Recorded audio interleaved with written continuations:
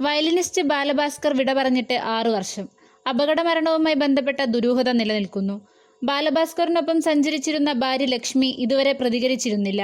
അപകടത്തിന്റെ ദുരൂഹത മാറ്റാൻ ലക്ഷ്മി മൗനം വെടിയണമെന്ന് ബാലഭാസ്കറിന്റെ സുഹൃത്തുക്കൾ ഉൾപ്പെടെ ആവശ്യപ്പെട്ടിരുന്നു. ഇപ്പോഴിതാ 6 വർഷത്തിനു ശേഷം ലക്ഷ്മിയുടെ പ്രതികരണം എത്തിയിരിക്കുന്നു. മനോരമ ന്യൂസിനോടാണ് ലക്ഷ്മി സംസാരിച്ചത്. ബാലഭാസ്കറിന്റെ മരണത്തിന് ഇടയാക്കിയ വാഹനാപകടം ആസൂത്രിതമാണെന്ന് തോന്നിയിട്ടില്ലെന്നാണ് ലക്ഷ്മി പറയുന്നത്. അങ്ങനെയൊരു സൂചന ലഭിച്ചിട്ടില്ല. എന്തെങ്കിലും സൂചന ലഭിച്ചിരുന്നെങ്കിൽ അതിനെതിരെ പ്രതികരിക്കുമായിരുന്നു. ആർക്കും സമ്മർദ്ദം ചെലുത്തി നിശബ്ദയാക്കാനാകില്ല. എന്തെങ്കിലും സംശയം തോന്നിയാൽ ഏതറ്റം വരെയും താൻ പോകുമായിരുന്നു.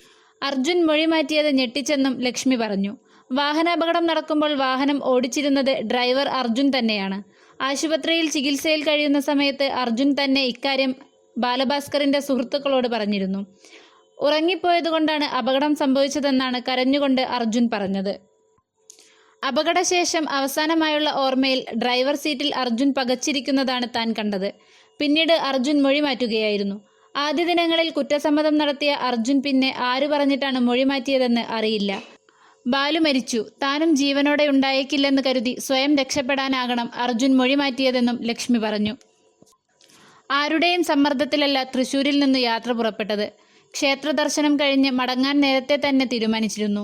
അദ്ദേഹത്തിന് പിറ്റേന്ന് ചെയ്യാനുള്ള കാര്യങ്ങൾ കണക്കിലെടുത്താണ് യാത്ര പുറപ്പെട്ടത്. വാഹനം തുടക്കം മുതൽ ഓടിച്ചത് അർജുനായിരുന്നു. ബാലഭാസ്കർ പിന്നിലാണ് ഇരുന്നത്. അർജുൻ കേസിൽ പെട്ടുനിൽക്കുന്ന സമയത്താണ് ബാലഭാസ്കർ അയാളെ വീണ്ടും കാണുന്നത്. അയാളെ വിശ്വസിച്ച് സഹായിക്കുന്നതിന് വേണ്ടിയാണ് തിരുവനന്തപുരത്ത് കൊണ്ടുവന്നത്. അർജുൻ സ്ഥിരം ഡ്രൈവർ ആയിരുന്നില്ല. 1-2 ഓട്ടങ്ങൾക്ക് മാത്രമാണ് ബാലഭാസ്കറിനൊപ്പം വന്നിട്ടുള്ളത്.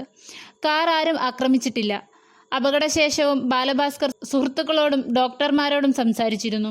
അർജുൻ ഉറങ്ങിപ്പോയെന്നാണ് ബാലഭാസ്കറും പറഞ്ഞത്. എൻ്റെ ആത്മാർത്ഥതയെ ചോദ്യം ചെയ്യുന്നത് മനുഷ്യത്വരഹിതമാണ്. ബാലഭാസ്കറിനെതിരെയുള്ള സോഷ്യൽ ബുള്ളിയിങ് വളരെയധികം വിഷമിപ്പിച്ചു. മികച്ച വയലിനിസ്റ്റ് എന്നറിയപ്പെടാൻ ആഗ്രഹിച്ച, സംഗീതത്തിന് വേണ്ടി ജീവിച്ച ബാലഭാസ്കർ വിവാദങ്ങളുടെയും ദുരൂഹതകളുടെയും കേന്ദ്രമായി മാറി. ബാലഭാസ്കറിന്റെ മരണത്തിൽ മാതാപിതാക്കൾ സംശയമുന്നയിക്കുന്നതും അന്വേഷണം എന്നാവശ്യപ്പെടുന്നതും അവരുടെ അവകാശമാണ്. വിവാഹം കഴിഞ്ഞതു മുതൽ ബാലഭാസ്കറിന്റെ വീട്ടുകാരുമായി അകൽച്ചയിലായിരുന്നു. പ്രണയിച്ച് വിവാഹം കഴിച്ചതുകൊണ്ട് ബാലഭാസ്കറിന്റെ വീട്ടുകാർ എന്നെ അംഗീകരിച്ചിരുന്നില്ല. 1 തവണ വീട്ടിൽ കൊണ്ടുപോയിട്ടുണ്ട്. അപകടശേഷം 2 തവണ വന്നു കണ്ടിരുന്നു. പിന്നെ മിണ്ടിയിട്ടില്ല. ബാലഭാസ്കറിനും കുഞ്ഞിനും വേണ്ടി തനിക്കിനി ആകെ ചെയ്യാനുള്ളത് സത്യസന്ധമായ മൊഴി കൊടുക്കുക എന്നുള്ളത് മാത്രമാണ്.